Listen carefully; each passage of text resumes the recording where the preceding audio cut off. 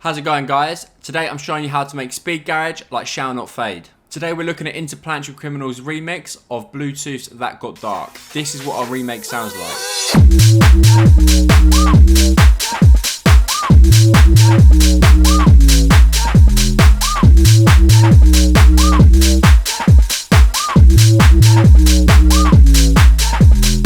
Let's start with the kick and the bass. So firstly, we've got this kick. It's from my Speed Garage pack. You can get that from the link in the description. It's on sale at the moment, so get it while it's still on sale. So yeah, this is a really thumpy kick. Let's hear it with the bass.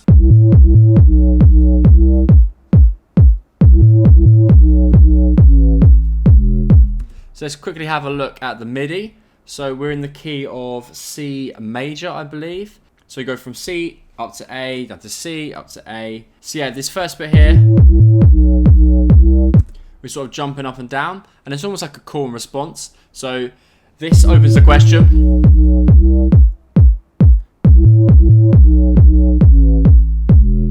So adding these notes here really creates that answer to the question. Otherwise, it's just sort of the same.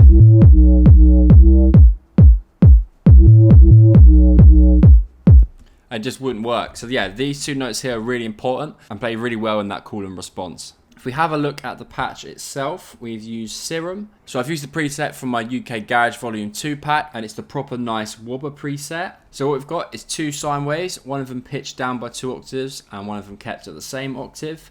Great, so what we've got is two sine waves. One of them is being pitched down. So if you go to analog, basic shapes, you can just select sine waves, put one in each, pitch one of them down. If we have a look at the FM, so this is FM, it's slightly from B. If I exaggerate this, if I get rid of it,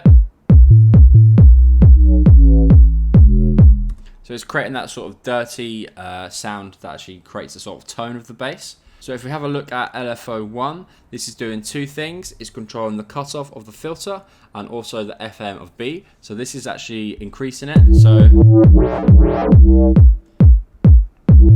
as this comes up, this also increases and comes up. If we have a look at the filters as well, so we've got an MG low 18. I'd recommend either an 18 or probably a 24. Then you then drag that onto there like so.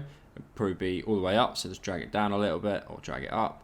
And yeah, so this sort of shape here is creating that wobbling effect. You can play around with the shape of the LFO.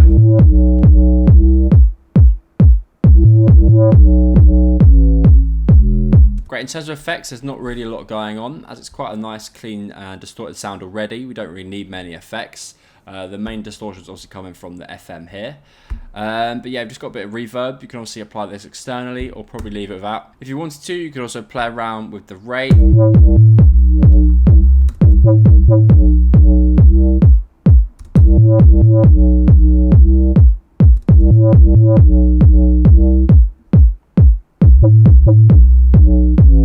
Let's now move on to the drums. This is what they sound like.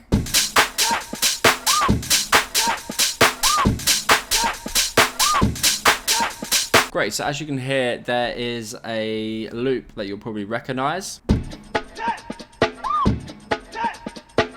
Great, let's start with the drums. So it did actually have some quite harsh hats going on. So I used an auto filter to cut those out, because in the context of the mix, they really were sort of clashing with the rhythms. If we go up to the top, what we have is this clap.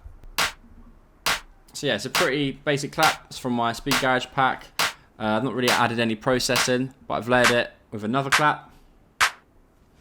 So together. Then next we've got this hat, which I've panned all the way right.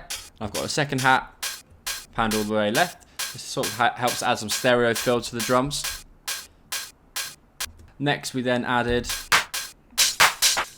this little loop here.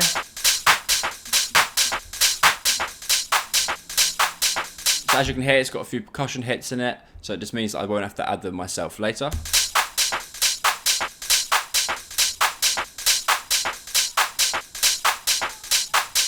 And then lastly, we have the think brake chucked on top of that.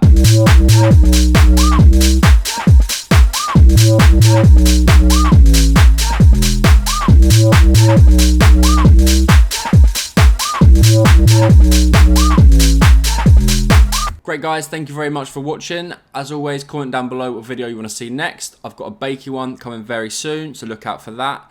And I will see you next time. Cheers.